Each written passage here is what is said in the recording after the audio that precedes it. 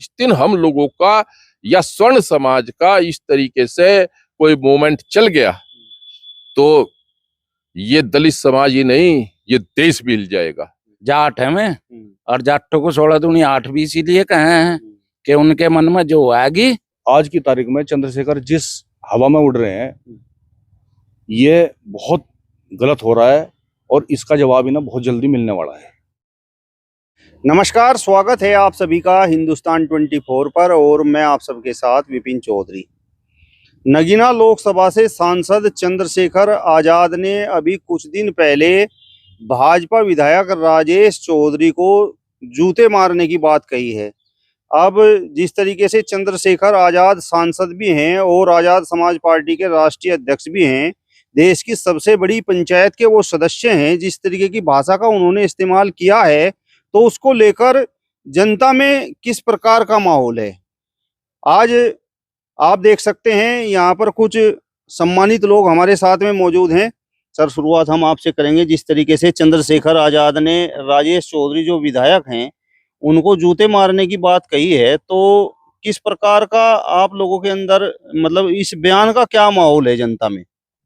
आप ये देखिए कि एक सांसद दूसरे अपने चुने हुए सदस्य के खिलाफ, विधायक के खिलाफ, वो भी एक पंचायत का सदस्य है, वो भी एक पंचायत का सदस्य है, कैसा व्यवहार कर रहे हैं। जब उनके कोई जूते मारने की एक सांसद बात कर रहा है, चंद्रशेखर रावण कहें जिसे, तो अब हमें भी नहीं लगता कि हम उसे माननीय सांसद ही पुकारेंगे, हम भी सीधा सांसद कह देंगे। तो चंद्रशेखर रावण को ये शोभा नहीं दे रहा है, पर उनके खानदानी संस्कार कैसे हैं और कैसे स्वर्ण समाज के खिलाफ ये लोग घृणा रखते हैं, ये उस बात का एक द्योतक है, यानी आभास करा रहा है कि ये लोग स्वर्ण समाज से कितनी घृणा करते हैं। और वो किसी दलित समाज का नेता नहीं है, वो केवल एक जातीय नेता है, एक जाति का, जाटाओं का हो या जो भी है, आप उसे ज्यादा बेहतर समझते हो, उसी का नेता है, क्योंकि ये वाल्मीकि समाज की तो कोई आवाज नहीं उठाता। अन्य और यदि कोई जाटाओं का या दलित समाज का झगड़ा, बलात्कार कोई मुसलमान कर दे दलित से, तो वहां तो दलित के साथ खड़ा नहीं होता ही, क्योंकि वो देख रहा है वोट बैंक कहां से टूट जाएगा। तो अब वो एक लालची और स्वार्थी नेता हो गया। अब चंद्रशेखर जी की भाषा अमर्यादित होगी, चाहे वो एक विधायक जी के प्रति राजेश चौधरी जी का मैं सम्मान करता हूं, उन्होंने फिर भी इस पर कोई अभद्र टिप्पणी नहीं की, पर उनके समाज ने आमने सामने ये कह दिया है कि चंद्रशेखर हमारे सामने आकर के अगर जूते मारने का प्रयास करेगा तो हम उसे नमटा भी देंगे। मैं नमटाने का मतलब तुम समझो क्या हो, वोट के उससे नीचे मिला दें, तो ऐसे भी हो सके। मैं भी कोई वो नहीं है समझदार, जाट है मैं और जाटों को 16 दूनी 8 भी इसीलिए कहे हैं कि उनके मन में जो आएगी करते हैं। और भाई देखो, हम तो जाट देवता मान नहीं, हम तो बाबा टिकैत के उसके अनुयायी हैं। मतलब कुल मिलाकर मतलब आप लोगों को भी बड़ी तकलीफ हुई जिस तरीके से उस सम्मानित विधायक को जूते मारने की बात चंद्रशेखर आजाद ने की? तकलीफ तो वहां भी हुई और वहां भी हुई जो मैं वाल्मीकि समाज के गाजियाबाद में पिट्टे इसके साथियों ने और चंद्रशेखर ने मिलकर के जो पिट्टे हैं, पिटवाए हैं, वो उसमें तो बहुत ही बुरा लगा हमें। जो जूतों से मारने की विधायक को बात कर रहा, उधर वो कांड करवा रहा, तो ये समाज में एक आग लगाने का काम कर रहे जो समाज इन्हें बर्दाश्त नहीं करेगा। अब बर्दाश्त के लायक नहीं होगी, अब कहीं ना कहीं इनकी जो लगाई हुई आग है वो भड़केगी। और खासकर हम लोगों में क्या गुस्सा नहीं है, हम लोगों को भी गुस्सा हुए, और जब कहीं आमने सामने ऐसी बात होगी तो उसका विरोध भी देख आमने सामने उसी के भाषा में देंगे जिस भाषा में वो जवाब लेना चाहता है। ठाकुर साहब, चंद्रशेखर आजाद ने राजेश चौधरी को जूते मारने की बात कही तो आप सब लोगों को बड़ी दिक्कत हो गई। हाँ? लेकिन राजेश चौधरी ने भी तो जो दलित समाज की बड़ी नेता हैं मायावती, उनको भ्रष्ट मुख्यमंत्री बताया। भाई भ्रष्ट तो देख ले, फिर यहाँ सहारनपुर में साइकिल पर फिरे थे माननीय बहन वो हमारी मायावती, और साइकिल से भी हेलीकॉप्टर में उड़े, तो कहाँ तक आ गई पैसा? मेरी आमदनी तो हुई नहीं कि करसानी में इतनी, उनकी कहाँ तय होगी? कौन सा बिजनेस चलाया उन्होंने? क्यों जांच सीबीआई कर रही? क्यों उसके भाई की जांच कर रही? तो उन्होंने भ्रष्ट किया होगा, भ्रष्टाचार किया होगा, तभी तो ये सीबीआई और सीआईडी और पता नहीं कौन कौन सी संस्थाएं है, मेरे पर नाम लेने नहीं आते सारे, ये लग रही पीछे, और तभी वो चुपकी होगी। यानी कि कहने का मतलब यह है कि भ्रष्टाचार तो किया है, और बस जो इन ऊंचे पदों पर बैठे हैं उनमें ज्यादातर कर रहे हैं इस काम को, भ्रष्टाचार को। ठाकुर साहब, अब चंद्रशेखर आजाद भी कुछ वर्षों पहले साइकिल से या बाइक से यहाँ पर सहारनपुर में घूमते होंगे, अब वो फॉर्च्यूनर में घूम रहे हैं, तो फिर तो यही सोच आपकी चंद्रशेखर के प्रति भी होगी। बिल्कुल है। कहाँ से आ गया ये पैसा? ये पैसा भी तो उसी भ्रष्टाचरण से आ रहा है इनको। देखो, बीजेपी के अमित शाह जी ने चाहे उनको वो किया, पैसा दिया, दिलवाया, और या फिर कहीं और से इनको वो कराया, पीछे से पुश बैक पैसे से। क्योंकि अगर ये मायावती जी लड़ेंगी और एक तरफ दलित वोट को चंद्रशेखर खींचेगा, तो ये आपस में ही अपनी वोट को काट करके बीजेपी को लाभ हो जाएगा। इसलिए एक और नया नेता ये अमित शाह जी का पैदा कराया हुआ है, समझ लो कि उन्होंने ही इसको आर्थिक लाभ पहुंचा करके ये नेता बनवाने का काम किया है चंद्रशेखर रावण को। अब मेरा सवाल आपसे ये है कि आपने मायावती के बारे में तो कह दिया कि वो यहाँ सहारनपुर में साइकिल पर घूमती थी और अब हेलीकॉप्टरों में घूमती हैं, और बहुत बड़ी संपत्ति अब उनके पास है, क्योंकि वो दलित समाज की नेता हैं। तो जो स्वर्ण जाति के बड़े बड़े नेता हुए हैं, विधायक हुए हैं, मंत्री हुए हैं, सांसद हुए हैं, तो उनके बारे में आपका क्या कहना है? क्या उन लोगों ने इस प्रकार का डेवलपमेंट नहीं किया? भाई देखो, डेवलपमेंट कोई करो, जो नीचे से ऊपर जा रहा है और नेता बन के, यानी कि सांसद बन करके और विधायक बन करके धन अर्जन कर रहा है, तो नंबर एक में तो इतना धन अर्जन होता नहीं। तो उन्होंने भी कहीं ना कहीं भ्रष्टाचार, चाहे वो स्वर्ण है और चाहे वो मायावती जी हैं और चाहे वो चंद्रशेखर रावण है। देखो, धन अर्जन इतनी तेजी से जांच करा लो किसी की भी, मिलेगा उसमें भ्रष्टाचार 100% मिलेगा। मेरी जांच करा लो, मेरी घटी है, घटी रही, हम भी बुढ़े लग रहे होन, 60 साल के ऊपर जा लिए हम लोग भी, हमारी तो कहीं आमदनी नहीं बढ़ के दे दिया, सब कमा रहे पैसे, कहीं ना कहीं से धन अर्जन गलत रास्ते से सब अर्जन कर रहे हैं ये लोग। और सबूत कोई कहेगा मेरे पर, सबूत मैं क्या दे दूंगा? सबूत तो उनकी जांच हो तब मिलते हैं सबूत। मेरा सवाल आपसे ये है कि जिस तरीके से आप आरक्षण की बात कर रहे हैं, आपने अभी वाल्मीकि समाज का भी जिक्र किया, जो चंद्रशेखर से जुड़े हुए लोग हैं उनका तो कहना ये है कि देखिए, सवर्ण समाज के लोग अब दलित समाज में फूट डालने का काम कर रहे हैं, कहीं वाल्मीकि समाज की बात कर रहे हैं, कहीं जाटव समाज की बात कर रहे हैं, आरक्षण को लेकर इन्हें उकसा रहे हैं। देखो भाई, हमें तो देना ही देना, स्वर्णों को तो देना ही देना है, चाहे वो कोर्ट के द्वारा दिलवाएं और चाहे संसद के द्वारा दिया जा, देना है उनका आरक्षण, उन्हें देना है। पर बंटवारे की जहां तक बात है, जो बाकी रह गए अब गरीब, उनको भी दिलवाना हमारा धर्म भी है, हमारा फर्ज भी है कि मैं भी ऊपर उठकावे। और जो दलित समाज में एक बार अप हो चुके, और उनका काटना भी हमारा ही धर्म है, उनका काट करके जो वंचित है, पिछड़ा है, आज भी आजादी के 70 साल बाद वो पिछड़ा रह गया, तो उसको भाई हम लोग नहीं दिलवाओगे तो कौन? अपने आप तो वो लड़के नहीं लेने का, हम लोग टैक्टिस से, सांसद के लोकतंत्र के माध्यम से उन्हें उनका हक दिलवाने का काम करेंगे। भाई इसमें किसी को बुरा लगे, बांटने का काम कर रहे या उसका बुरा लगे, लगता रहो, पर भाई उस वंचित को उसका हक, वाल्मीकि को या अन्य समाज जो उनसे अभी गरीब रह गए, उन्हें उनका हक दिलवाया जाएगा किसी भी कीमत पर। चंद्रशेखर के बयान पर आपका क्या कहना है, जिस तरीके से उन्होंने राजेश चौधरी को जूते मारने की बात कही है? देखो, चंद्रशेखर आजाद बहुत घृणित बयान दिया है उन्होंने। एक प्रतिनिधि होकर के दूसरे प्रतिनिधि के प्रति इस तरह का व्यवहार और इस तरह का शब्द बोलना, जूते मारना, ये बहुत निंदनीय है। क्योंकि चंद्रशेखर आदत से मजबूर हो गए, वो सांसद क्या बन गए, वो एक अपने आप को खुदा समझने लगे। उन्हें ये एहसास होने लगा कि तू पता नहीं क्या बन गया, लेकिन उन्हें ये नहीं पता कि जनता ही बनाती है और जनता ही उतार कर फेंक देती है। वो इस चीज को भूल रहे हैं। उन्होंने जिस तरह से सांसद बनने के बाद जातीय उन्माद फैलाने की कोशिश करी और जिस तरह से सवर्णों के खिलाफ और हिंदू धर्म के खिलाफ जैसा प्रचार कर रहे हैं वो, ये बहुत निंदनीय हो रहा है। इससे ये देश में खाई पाटने का काम कर रहे हैं। मतलब हर जाति जो है, समाज जो है, इससे बहुत मतलब आहत है। जिस तरह ठाकुर साहब, चंद्रशेखर के राजेश चौधरी को जूते मारने वाली बात का तो आपको दुख हो गया, लेकिन राजेश चौधरी ने भी तो दलितों की जो नेता है मायावती, उनको भ्रष्ट मुख्यमंत्री बताया। देखिए, ऐसा है, भ्रष्ट तो यहाँ पे बहुत सारे नेता लोग हैं। अगर कोई नेता किसी नेता को भ्रष्ट कह रहा है, ठीक है, वो भ्रष्ट उन्होंने कह दिया, लेकिन वो जूते मारने वाला जो शब्द है वो बहुत घृणित है। अब भ्रष्ट को तो भ्रष्ट ही कहा जाएगा, क्योंकि मायावती भी कहाँ थी, कैसे कैसे उन्होंने सर, हम ये नहीं कहते कि मायावती ने मेहनत नहीं की। मायावती ने जिस मिशन में लगी थी वो अपने, उसमें बहुत मेहनत करी, और मेहनत करने के बाद अब जब आदमी उस मुकाम पे पहुंच जाता है तो फिर तो सारे काम होते हैं।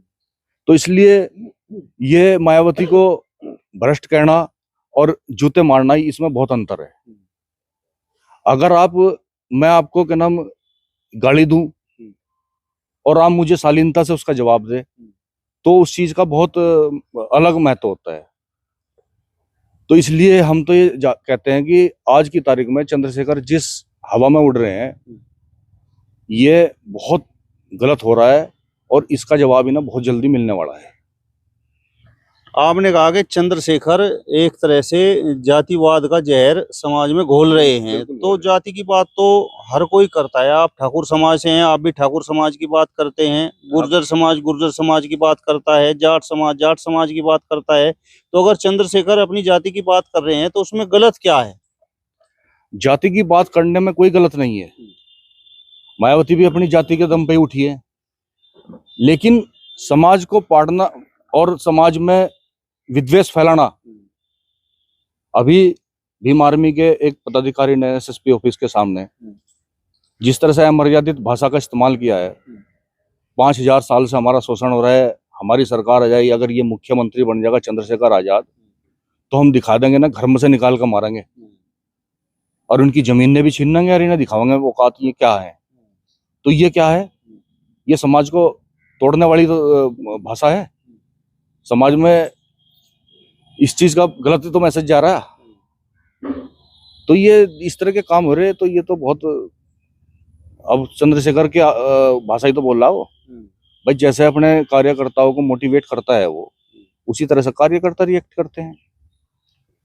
आप बताओ जी, जिस तरीके से चंद्रशेखर आजाद आरक्षण की बात कर रहे हैं और वो जिस तरीके से कोर्ट का आदेश भी आया है तो उसको लेकर उन्होंने विरोध प्रदर्शन भी किया, तो आप उसे गलत क्यों ठहरा रहे हैं?